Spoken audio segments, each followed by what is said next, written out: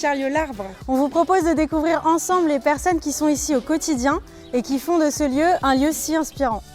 C'est parti!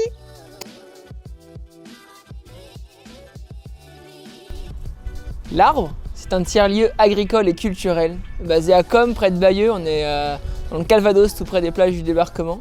Et c'est un tiers-lieu qui va accueillir 4 espaces. Un co-living, un espace de travail partagé, un café associatif et une salle de spectacle. C'est un projet qui est né il y a quelques mois et on est tout content d'avoir ouvert en avril notre premier espace, le co-living.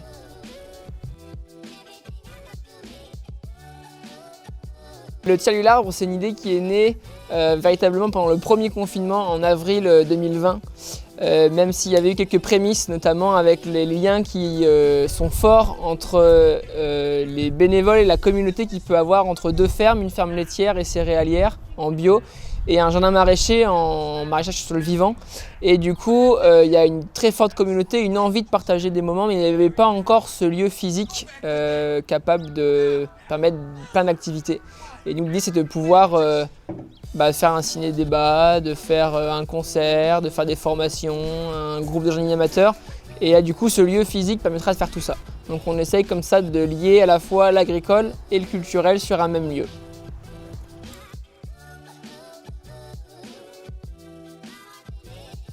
C'est un tiers-lieu qui est ouvert à tous. Aujourd'hui, il s'adresse principalement à des locaux. Ce sont des gens qui ont envie de soit s'investir dans le projet, soit de profiter aussi des actions. Donc ça va vraiment sur un public très large. Il y a à la fois des enfants, des jeunes adultes, mais aussi des personnes retraitées ou en activité qui vont parfois piocher une activité en particulier si elles sont intéressées par le maraîchage ou qui vont être fidèles et qui vont participer un peu à toutes les activités. Et surtout, on essaye aussi d'ouvrir à tous ceux qui veulent rejoindre le projet, à la fois en tant que bénévole ou en tant que participant aux ateliers. Ça peut venir de façon ponctuelle et de toucher à la fois des touristes ou des gens de passage, comme des locaux.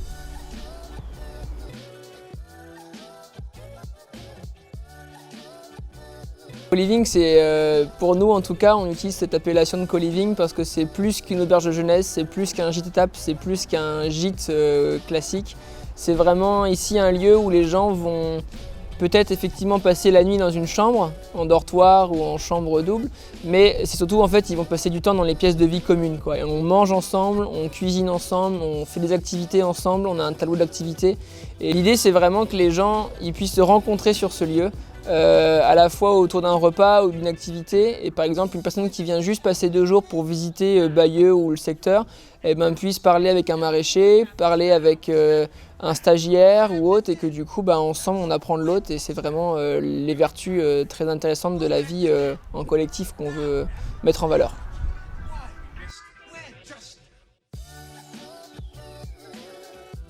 L'autogestion pour le co-living de l'Arbre, en fait, c'est le principe, c'est que les gens peuvent réserver sur des plateformes ou directement auprès de l'association.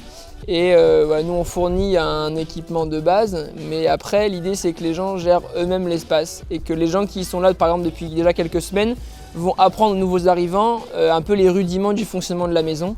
C'est-à-dire comment se passent les repas, les activités, est-ce qu'il faut s'inscrire, combien ça peut coûter ou autre chose. Et qu'en fait, la vie courante n'est pas assurée par des salariés, mais par les gens eux-mêmes, la vaisselle, les repas, le ménage ou autre. Et c'est vraiment un système vertueux qui permet à chacun de responsabiliser aussi pour la gestion du lieu. Donc d'ailleurs, il y a moins de problèmes et ça permet de partager encore plus de moments ensemble.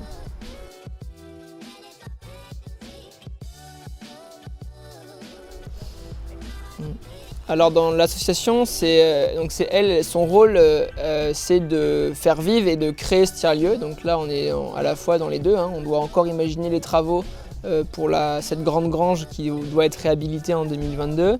Mais on est déjà acteurs et on est déjà actifs.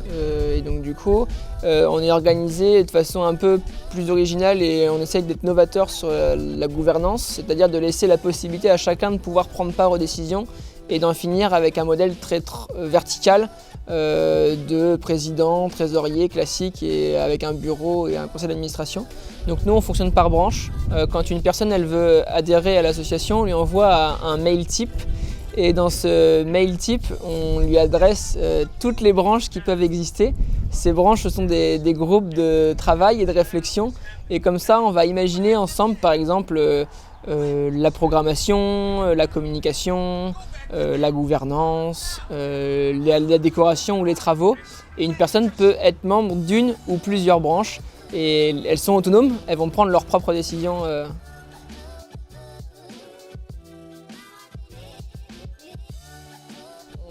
Sur le site, là, à 50 mètres du tiers-lieu, on a un jardin maraîcher qui a été créé en 2017 par Guillaume Lewin, qui déploie des techniques assez novatrices et qui du coup intéresse beaucoup. Partout en France, il y a une très forte demande de stages et aujourd'hui les stagiaires peuvent venir loger ici. Donc du coup ça va créer déjà des premiers liens entre différentes communautés pour comprendre un peu les enjeux qu'il peut y avoir. Et surtout, le tiers-lieu a la possibilité de prendre part aux activités du jardin par des cueillettes, par des animations particulières.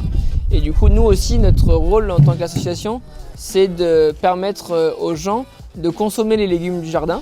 Donc ça, c'est consommer en circuit court, bio, local, donc de saison. C'est pour nous des valeurs importantes. Et du coup, c'est qu'en un seul lieu, on peut à la fois faire pousser les légumes, les manger, les cuisiner. On peut participer aussi à des moments plus théoriques sur des formations qu'on va organiser et ça permet d'avoir un contexte global assez pertinent pour égayer un peu l'esprit des gens qui vont venir ici et qui n'ont pas forcément connaissance de tout ce qui se passe dans un jardin maraîcher, quoi.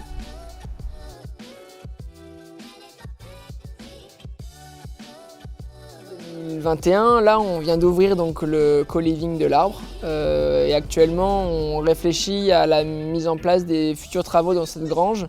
C'est des travaux d'envergure estimés à entre 250 000 et 300 000 euros. Donc les bénévoles là s'activent pour trouver ces financements-là, publics, privés, par des actions, etc. Et donc on est suivi par un architecte et donc on avance pas à pas pour que les travaux puissent démarrer dans l'idéal à l'automne, pour qu'en 2022, fin 2022, on puisse profiter donc du café associatif, des salles de spectacle et du coworking.